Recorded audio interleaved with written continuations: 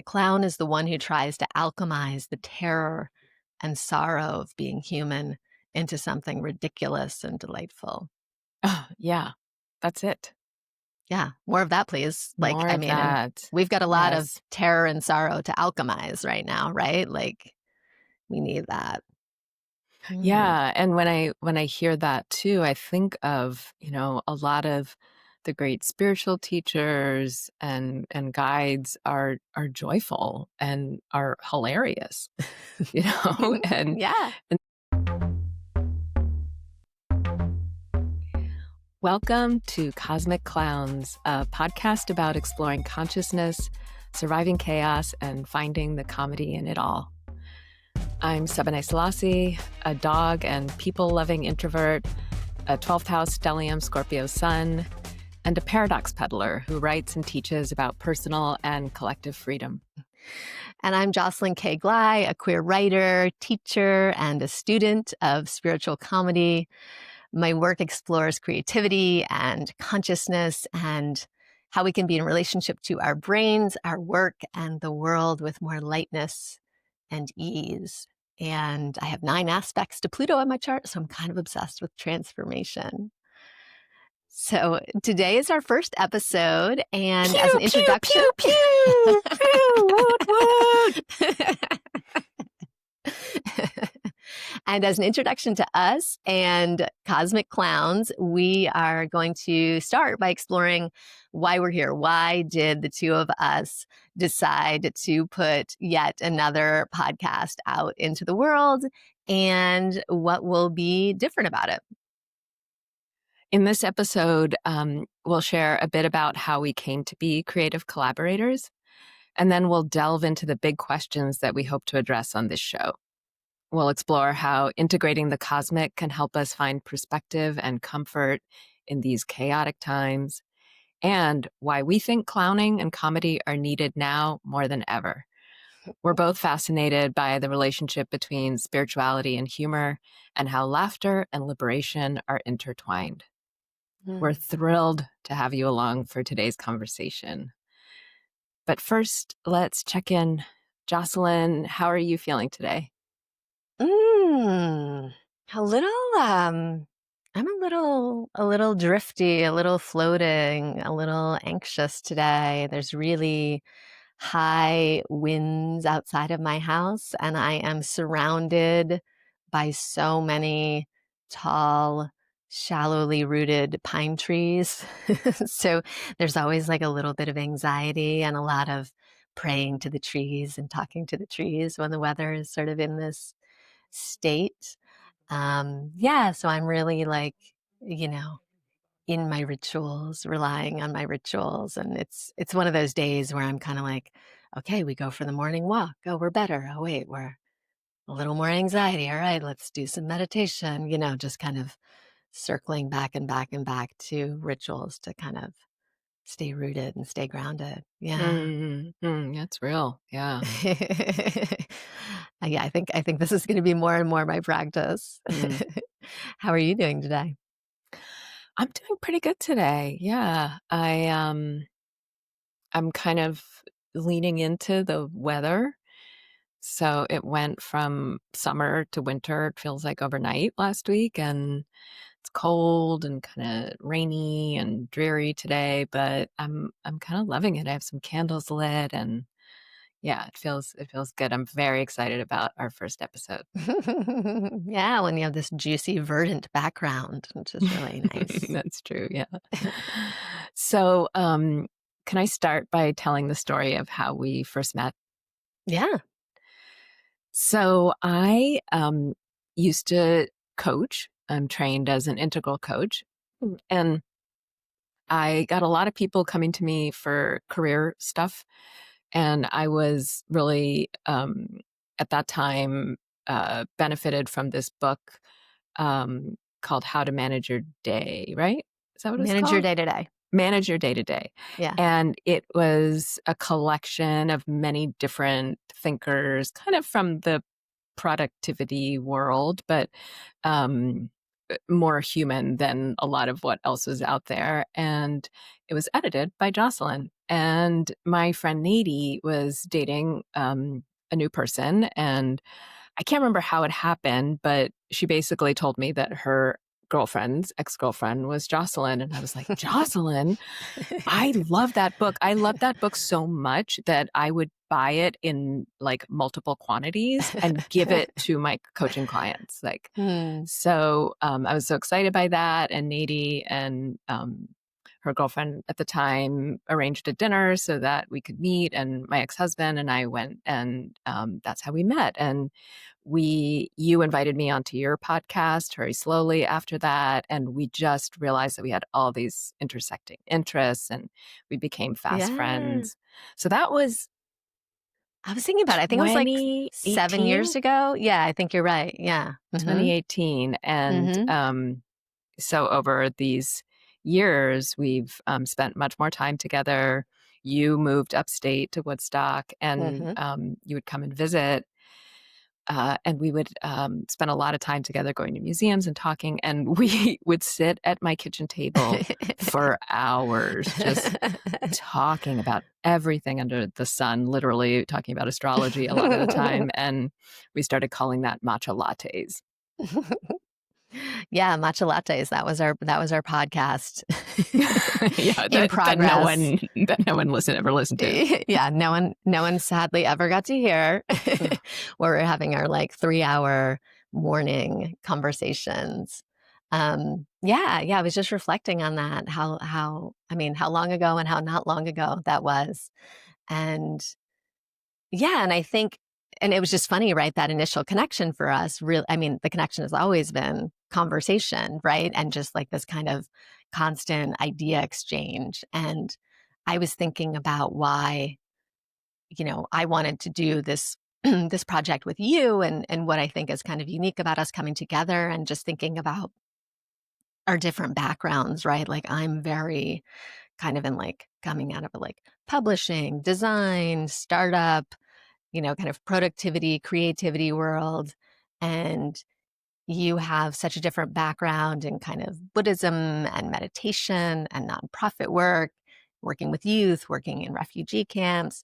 But it's like we kind of come together and have this really, beautiful kind of synergy around, I think, in connection around spirituality, around culture, around ideas, right? And really just like being in conversation about those things. But it feels like our very different perspectives kind of for each other, we kind of constantly get to like illuminate new things. Yeah, definitely. And also jokes.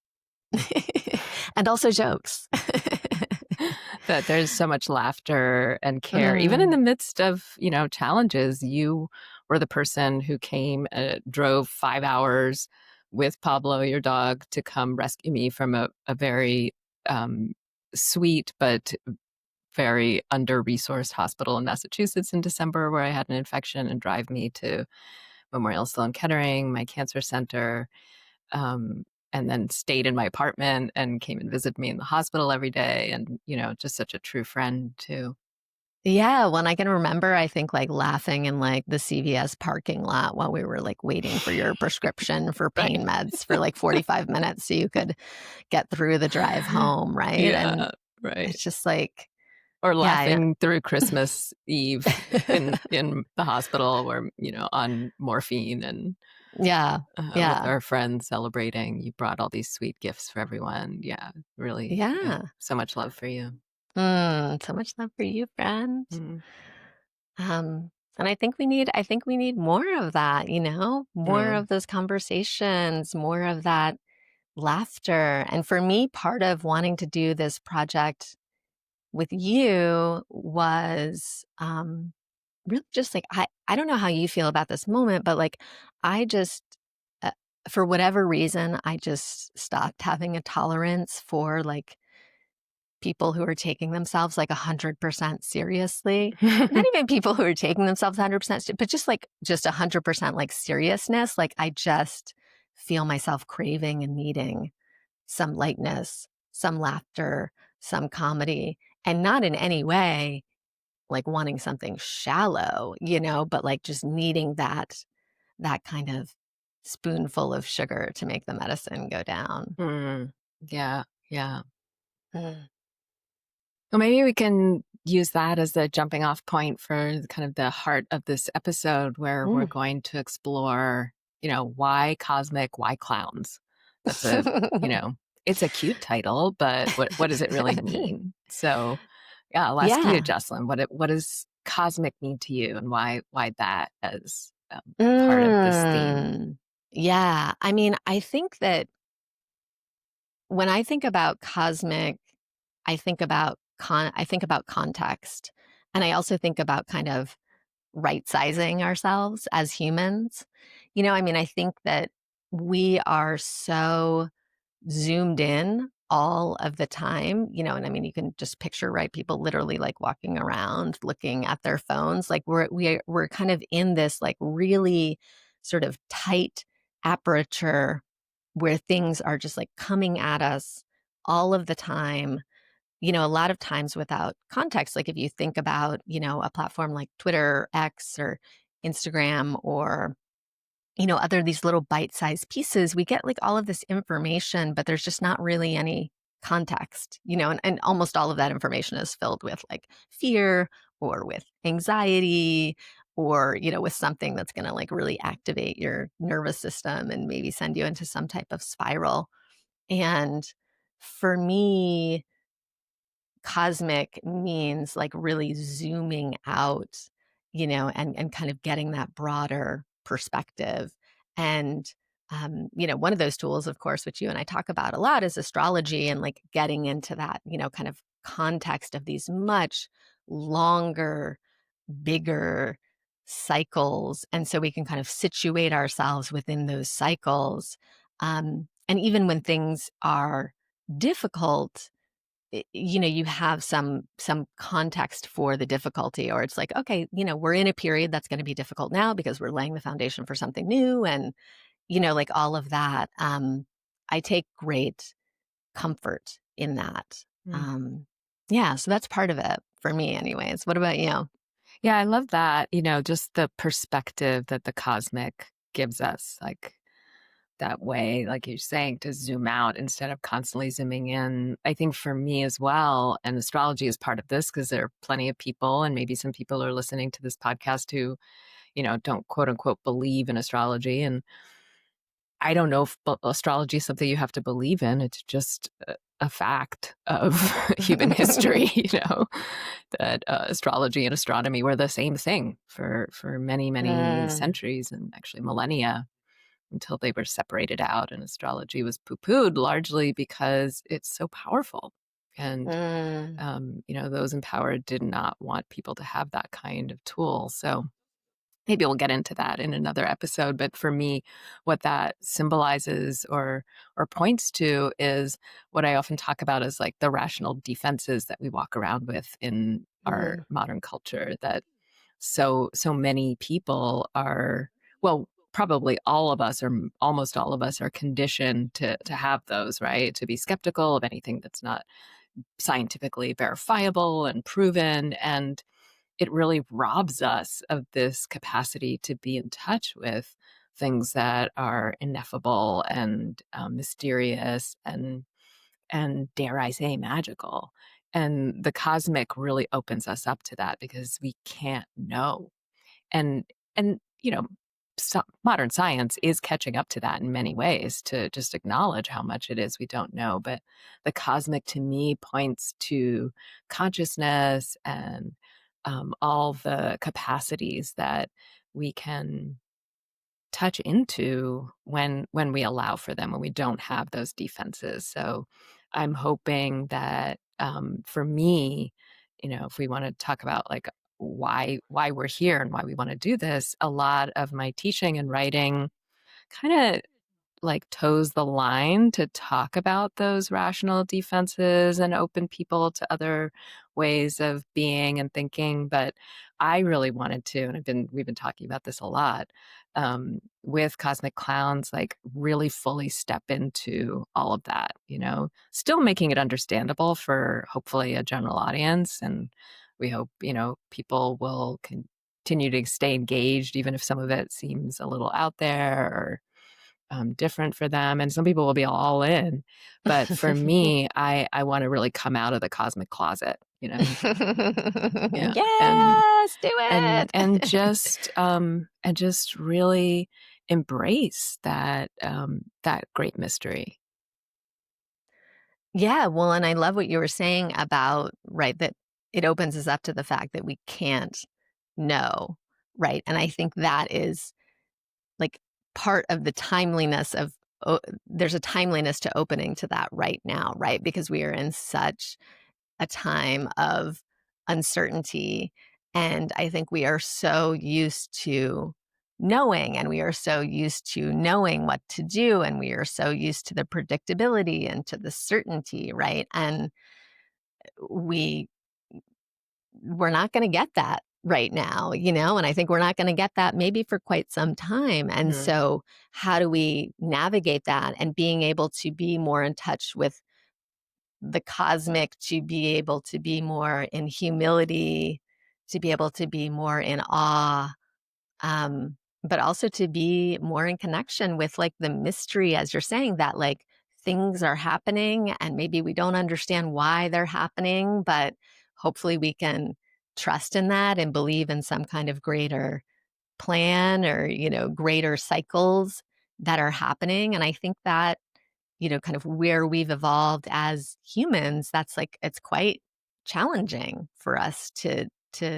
we, as you've said, we're sort of so disconnected from that space. Yeah, and I think that disconnection has been so much about control.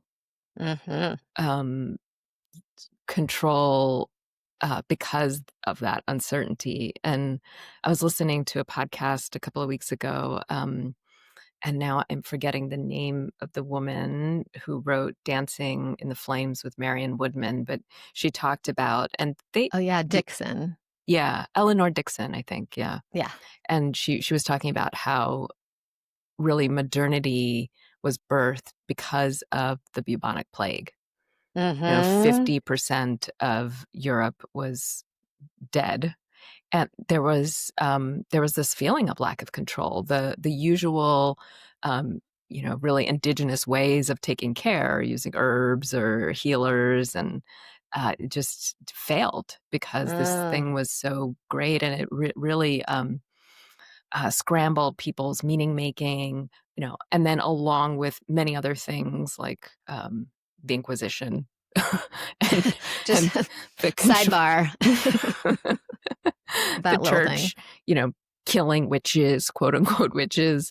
Um, that there was this fear of death and this really anti-death culture that was birthed from that, and this Mm. need to control that. The medical system was birthed from that, the modern medical system. And so there's a way in which this is also the cosmic is a return to that more innocent and connected, as you said, way of being that doesn't fear things like a plague that can't be explained, Mm. like we've been through, Yeah, I was gonna right? say, it And seems so, that reminds me of something. hmm, um, yeah. So just that that quality of curiosity and connection that you're describing for me is so much about the cosmic, because I think of the ancients, for thousands and thousands of years, people just watching the sky and being like, "Huh, that thing up there moves differently than the other stars. That must be what we now know as a planet," and seeing things change and patterns over time, and just the sense of curiosity and connection that must have existed in people to pay that close attention, and then to record that and write it all down, and over centuries, over millennia, to see these patterns. It's so magnificent to me and speaks to the Yeah. quality of human capability. And that's just astrology. We could talk about how that plays out in the body. People who pay such close attention to the body that they know all the the workings of various nerves. I feel that every time I Mm. go to craniosacral therapy. I told my craniosacral therapist yesterday, I was like, this is magic. She's like, well, not really. I was like, a little bit. Because it's just so different. God forbid my doctors touch my body to understand what's going on. It's so much about scans and data and information and numbers. And goddess bless that. It's saved my life multiple times, but it dismisses and even denigrates other ways of knowing. And so, Mm-hmm. how do we pay attention? The cosmic allows us to open up. Cosmic is not just big. Of course, we say cosmos, but the cosmos includes the minute, right? Yeah. And so it's like, how do we pay closer, more intimate, more devotional, reverential Mm. attention to life? Yeah, and reactivating that magic. Like, we're so inured to it. Like, I got recently, I had to get a new iPhone, and so I had to transfer everything from one phone to the other phone. And this is a very, like, non-cosmic digital example, but it is at that minute level. And, it was like I just laid my phone on top of my other phone, and then it just you know what I mean? It just transferred everything. I was like, that's like every single photograph, every single contact, and it's like, what? Like, we just do things like that, and we're like, well, whatever, like, go Right. on, like, and it's like that. I mean, that too is like little pieces of information. Like, that's a kind of magic too, and we just like don't even, we're just sort of so inured even to like those things that seem so mundane now, but are like truly magical things, that humans have created as well. Yeah, And just to become like alive to all of that. airplanes. And it's a real reenchantment.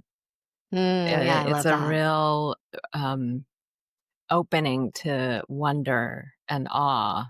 And many of us can feel that, when we're out in the great outdoors or in contact with nature, or with babies, but as you're pointing out, it can be literally our new phone, or this moment of, creating a podcast together from hundreds of miles separation, or at Hmm. least over 100.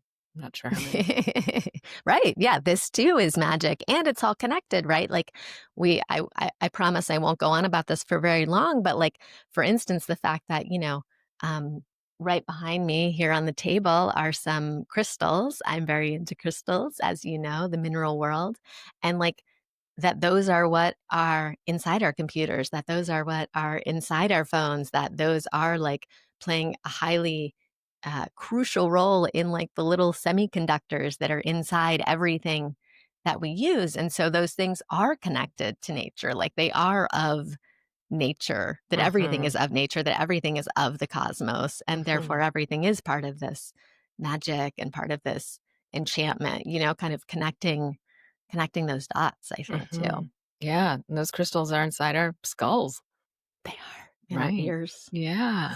I mean, there's endless wonder, and to only be in the rational and the logical, and it's not to make um a dualistic uh Mhm, better or greater than. It's really a rebalancing, mhm, and the balance is so skewed mm. that most of us could really spend some time, like, not rejecting the rational and the logical, but Just having to take a spending, nap.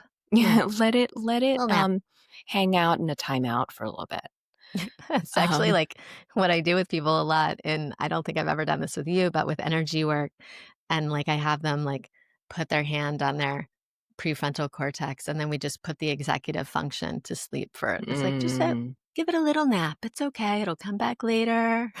We're gonna go do some other things. yeah, I mean, it will so come back later. Yeah, don't worry. No fears. Like, it's not going anywhere. Your need for control will return. Yes. Don't worry. But yes, let's emphasize these other ways of being. And that, Mm, again, to come back to this moment, because it's so necessary.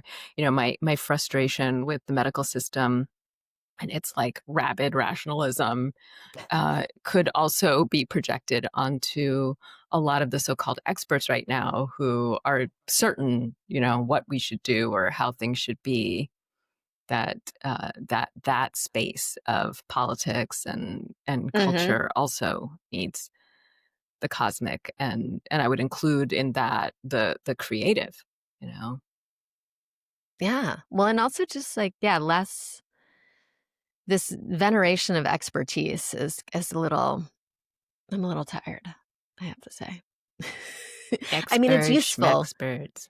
Yeah, I mean, it has its use, but the feeling like there's almost like a uh it's gotten into sort of the everyday where we all feel like we need to be like an expert, right? And so you get into that space where then like you have to, as we discussed, know, and you have to be the one who knows, and you have to be the one who never makes mistakes.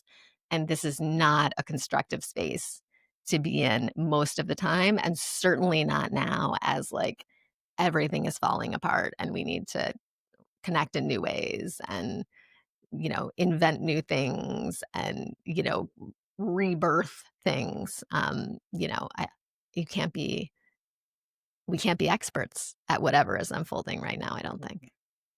Yeah, and along with that is not the way great art is made either. By experts? By rationalists. How is great art made? I think by clowning. Mm, yeah, making more and more and more and more and more mistakes. Mm, I have right behind me, you have this book, what is it called? The Work of Art. yeah.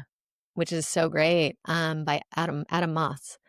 And I love in there's that, Amy Sillman, he shows who's a painter, and he shows every single stage of one of her paintings, Oh, and it's right. just like a new painting, and then a painting over top of that painting, and a painting Mhm, over top of that painting, and it just mhm. goes, it goes on and on and on, like, I think it's like, 27 iterations, 41 iterations, and like that is her process, just making and kind of destroying or painting over and um yeah, that freedom, right, to just be so generative and to make mistakes. Yeah, more of that.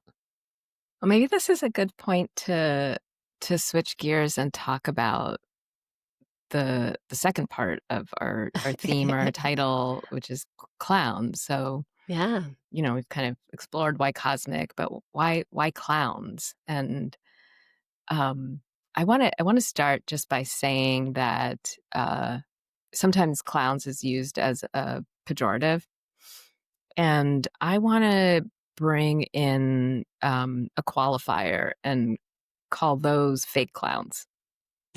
So there are a lot of fake ass clowns really creating chaos and havoc right now. There really are. There really are, but that's not the clowns we're talking about.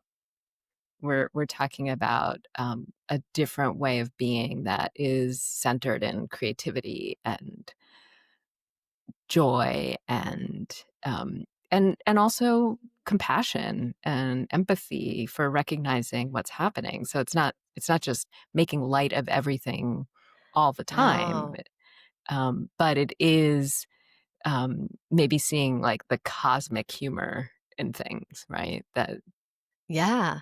Yeah, and can I share a quote? Actually, I was reading this the other day, and I wanted to share it with you. yeah, do.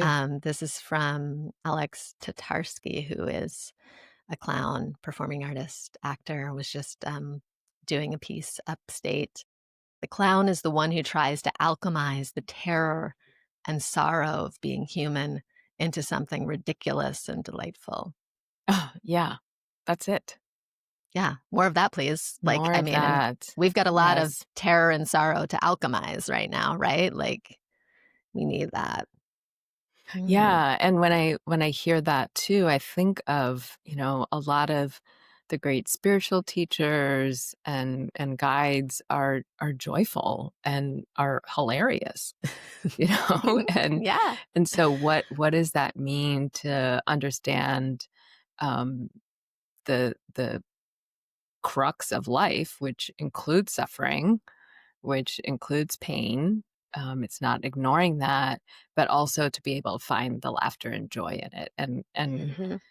um, for me, I took a clowning workshop.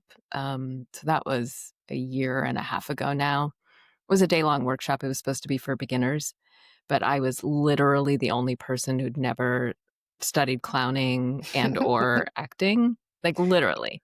Into the deep And end. oh man, it was so intense. I mean, we spent the day doing a lot of improvisational play and fun, a lot of it without language.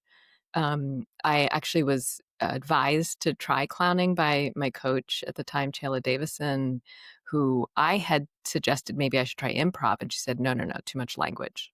Like you're already immersed in language. And And I look what got you it. got. Yeah, I don't need somewhere where I could be witty, you know, like I have that down as like a Yeah. strategy, right?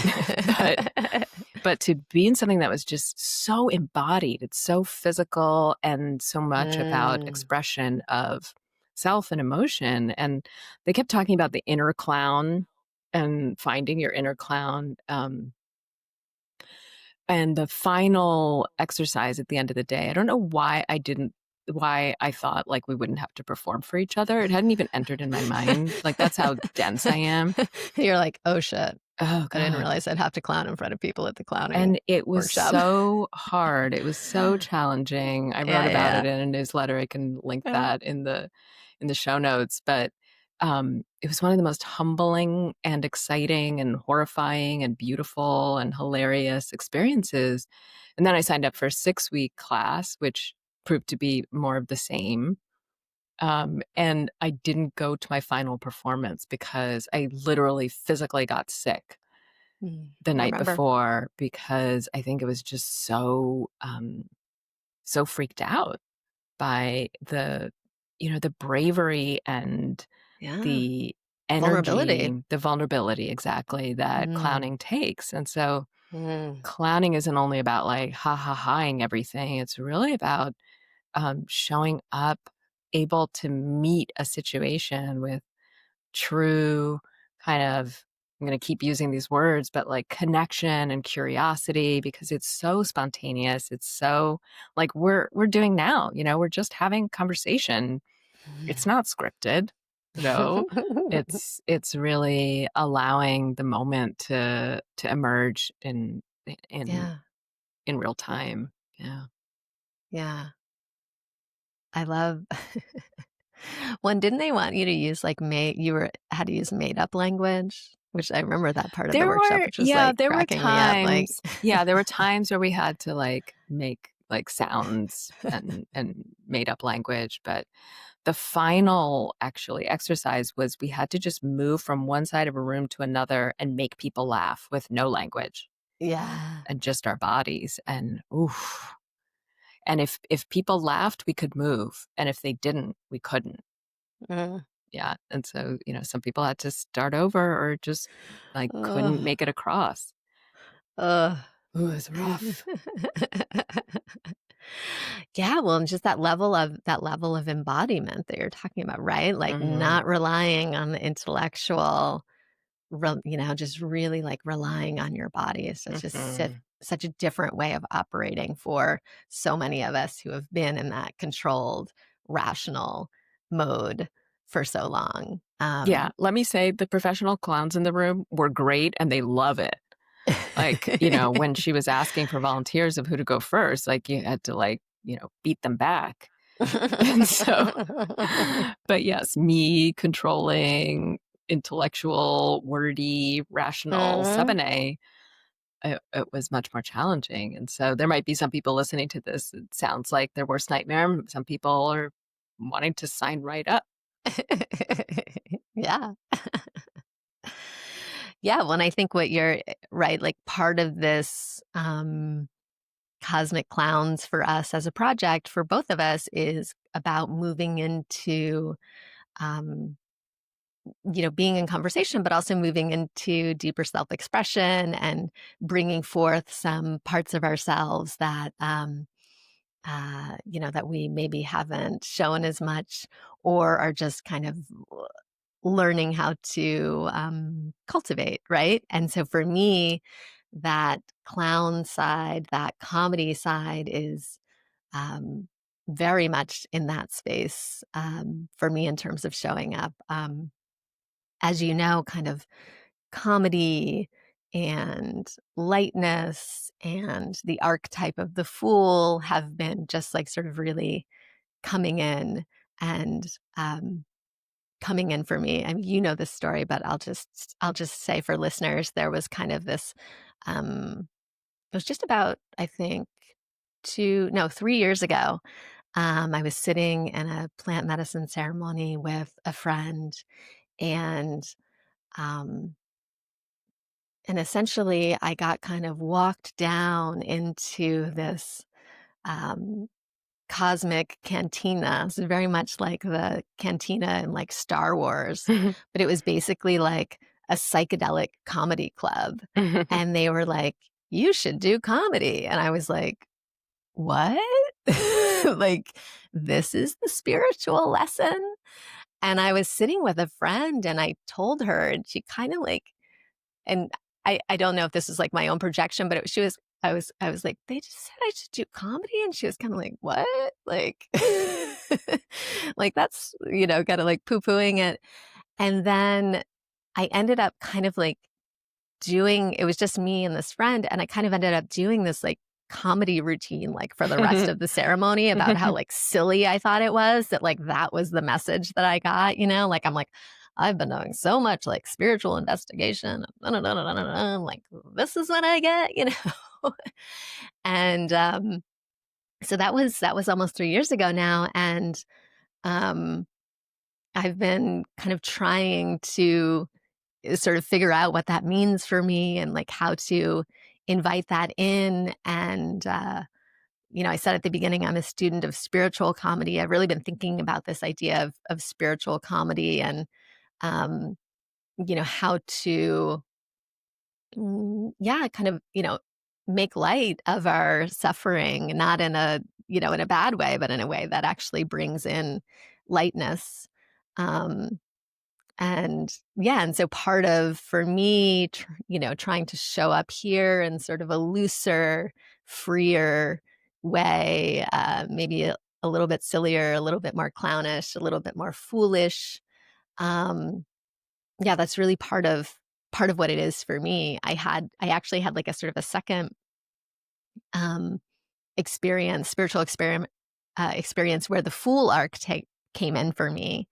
And it was really about working with that archetype. And again, I think that's so relevant to this moment, right? Because the fool is like the one person at the court who can question the king, right? And Mhm. who has that freedom. Mhm. Um, and but what came up for me when that archetype was coming in was like, oh my God, like one of my greatest fears is of looking foolish.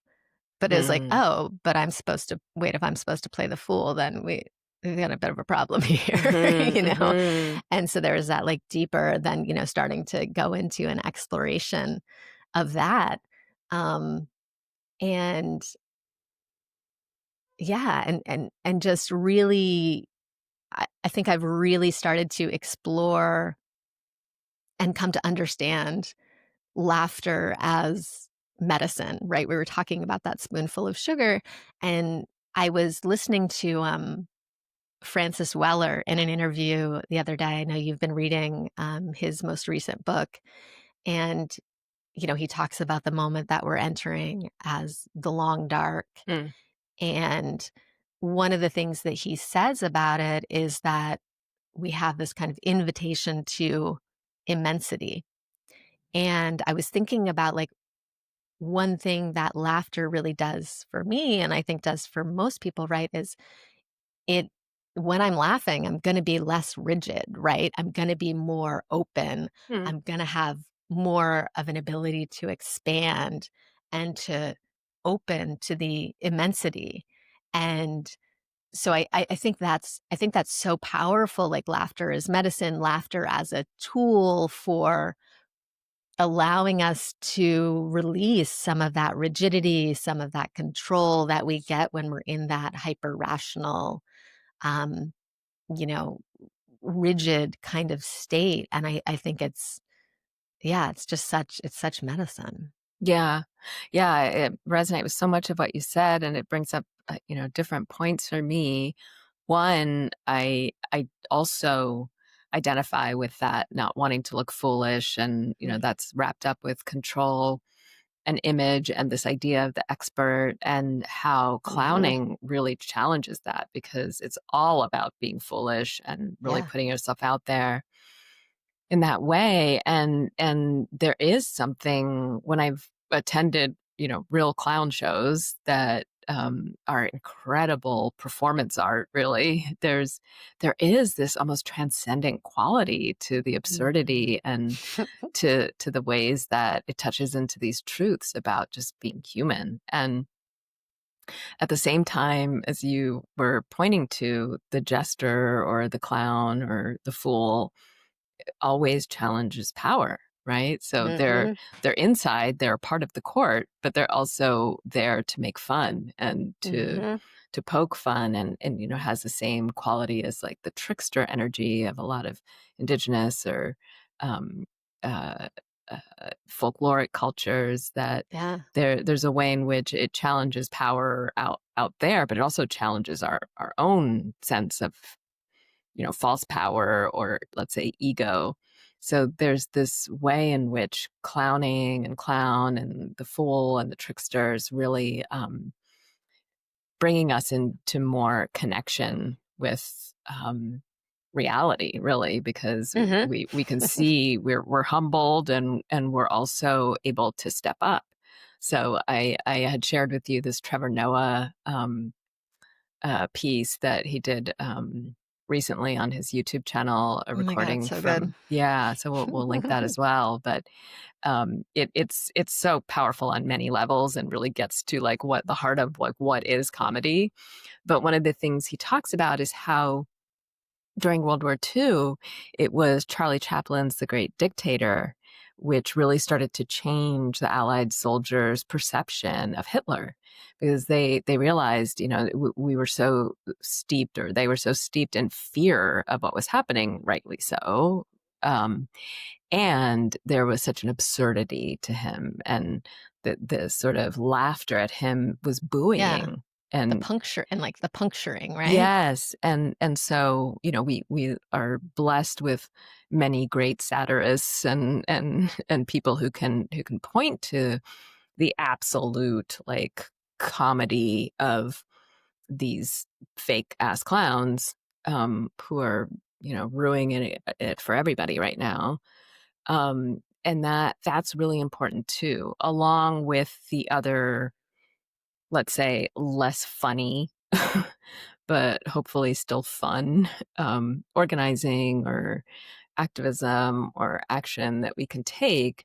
And there's a way in which comedy really, yeah, knocks the ground or the pedestal out from under these people who are putting themselves higher than everyone else.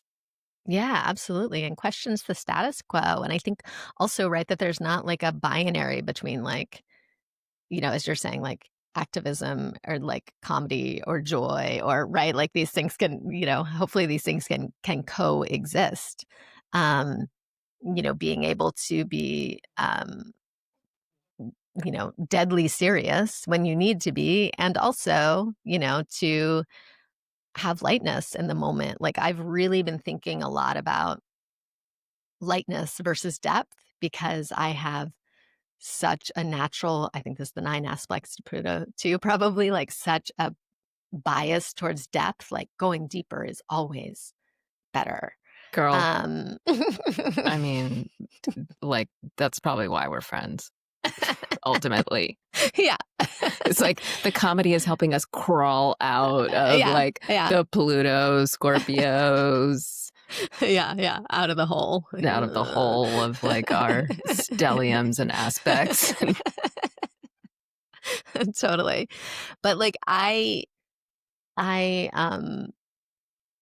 I've had a number of experiences, particularly in the past year, that have really caused me to question that bias and to really start to explore more the power of lightness, the power of a lighter touch, the power of a lighter approach, and to really start to see that that can allow us to access more depth, right? And you could think about it even, in terms of like, if you're trying to work with something that is like a very serious um, trauma for yourself, to like go head on right into it very deeply can be, disastrous or just completely paralyzing or re traumatizing, right? But to kind of come at it in a lighter way, to, touch into it just a little bit, right? And that's just sort of one example, but I think I'm just really starting to open to and see that lightness can be an equally powerful tool, um, for moving forward and also for allowing yourself to open to deeper experiences. Mm. And, so laughter and comedy and clowning is all a part of that, right? Just holding everything more lightly, so that we can kind of question it and allow ourselves to make mistakes and not be the expert and all of those things. Yeah, as you're saying that, I'm thinking of the spiritual maturity it takes to Mm, balance that, because I have witnessed, I've been a part of different spiritual communities and trainings, and what I've seen in terms of the ruptures and harms that have happened in those spaces is that it's often related to humor, that people think mhm, they're being funny, mhm, but not everyone experiences that way. And mhm, it taught me very early on in my work as a teacher, to mostly make fun of myself mhm, and how we are the best training grounds for our own comedy. mhm, And yeah, as I've, as someone who lives with stage 4 cancer and have for many years now, um, that I am able, sometimes to the surprise of people, to have a lot of laughter about it. And that yeah, doesn't mean I don't have pain. I have literal physical pain a lot, but mhm, yeah, I'm also, as we were speaking about before, able yeah, to laugh in a hospital room, or you know, yeah. really really see the high hilarity in my ridiculous body and all the things that it does. Yeah. Yeah. Oh, I was thinking about, just getting ready to do this recording yesterday, and I was thinking about, someone who I know who told me a story about her mother who was, um, got a cancer diagnosis, and I can't remember, it was, was the they gave her, 3 or 6 months to live, like, it was some very short period of time, and they still wanted her to do treatment, and she was like, "No, no, no, like, I'm not gonna do treatment. What I'm gonna do is I'm gonna go get, like, every comedy, like, movie that has ever been made, and I'm just gonna, like, watch comedies, like, that's what I'm gonna do." And she ended up living for, like, another 2 years. Mm, And, like, I love that that was, like, the thing that she decided to do, mm, she was like, mm, "Laughter is gonna be the way that I, sustain myself, mm, in this life as long as possible," and it worked. So mm. beautiful. Yeah, I often, when I'm, have a new diagnosis or pain or particular challenges, I'll turn to comedy.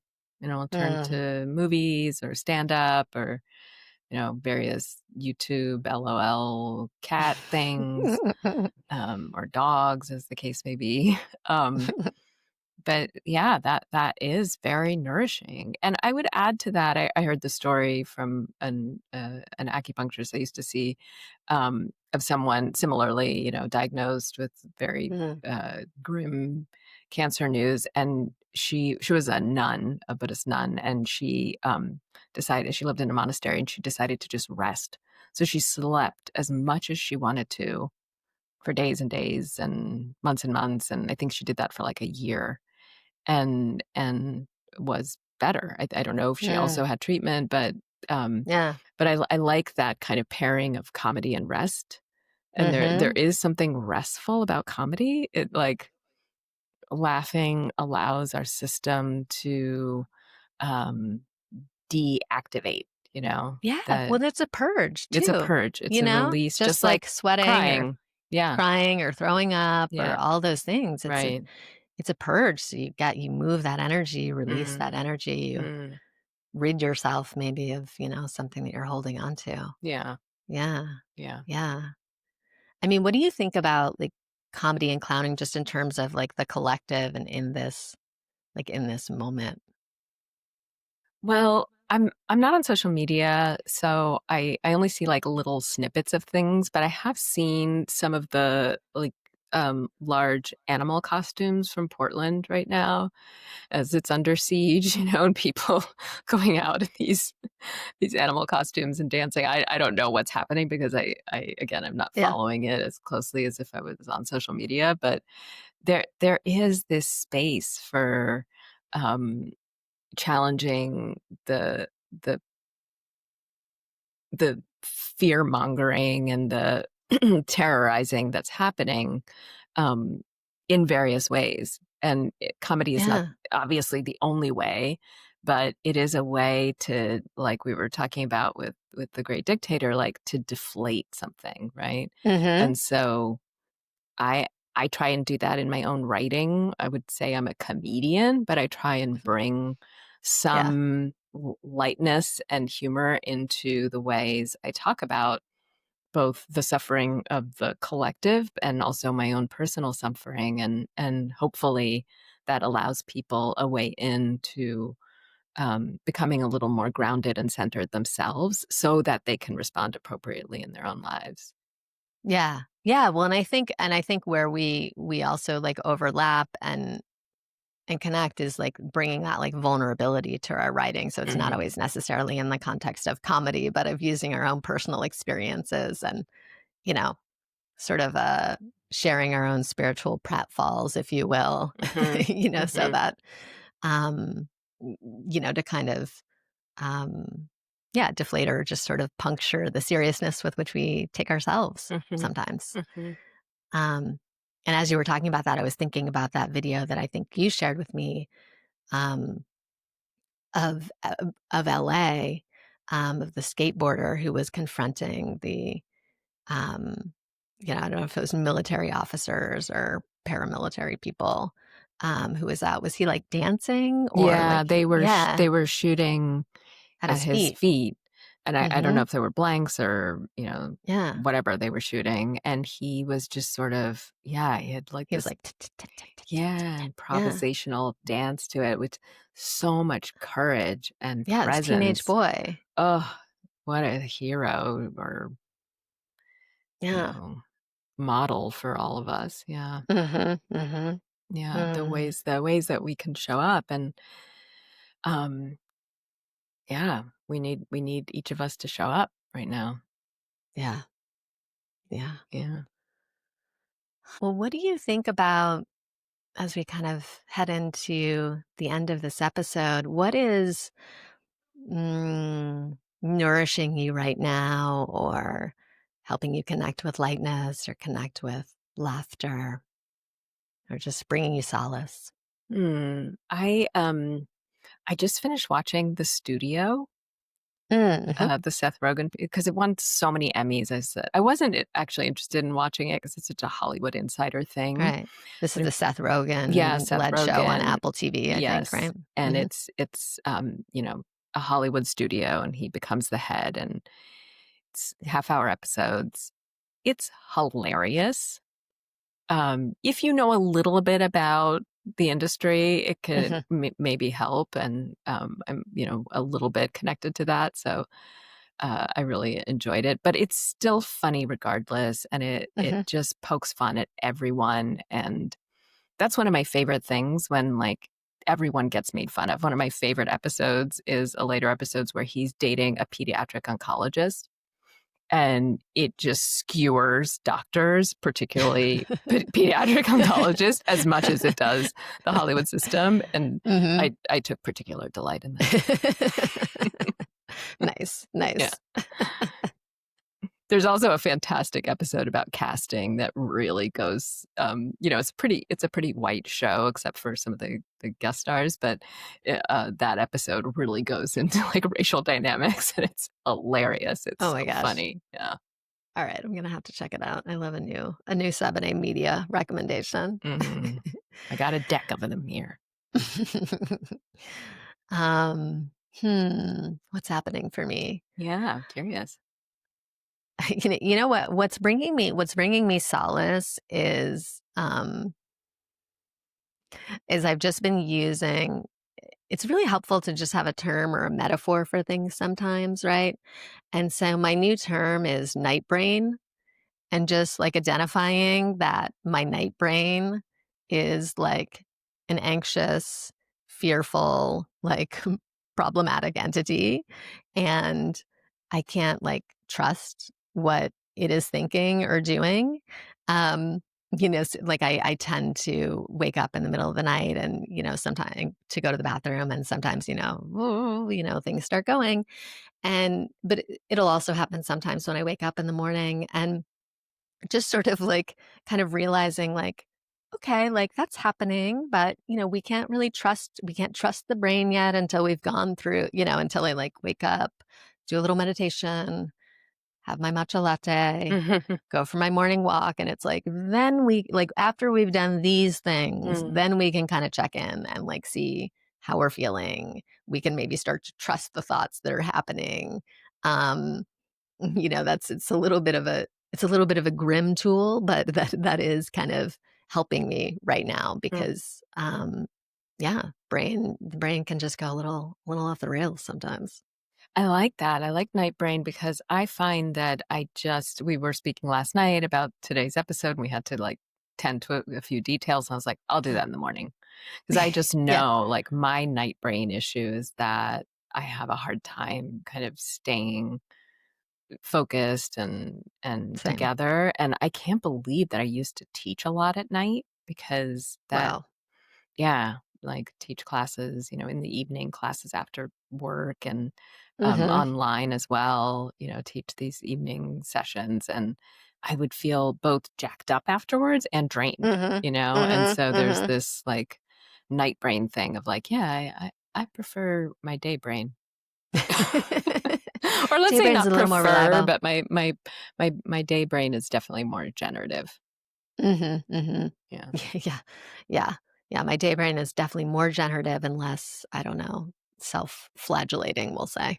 Mm, yeah. Well, Mm. congrats, friend, on our first episode. We did it! Oh my Woohoo! Woo, woo, woo, woo. God. Thank you to everyone from the bottom of our hearts for being here and sharing your precious attention with us today. If you want to stay in touch with us, read our writing, hear about our offerings, we are both on Substack and we would love to have you in our orbit. I write a newsletter called Radiate, where I share reflections on creativity and consciousness. And Sebene writes a gorgeous newsletter that I couldn't recommend enough. That is called Remind Me to Love, which comes out in sync with the moon cycles because she's so cosmic. And you can find links for both of them on our podcast website at www.cosmicclowns.me.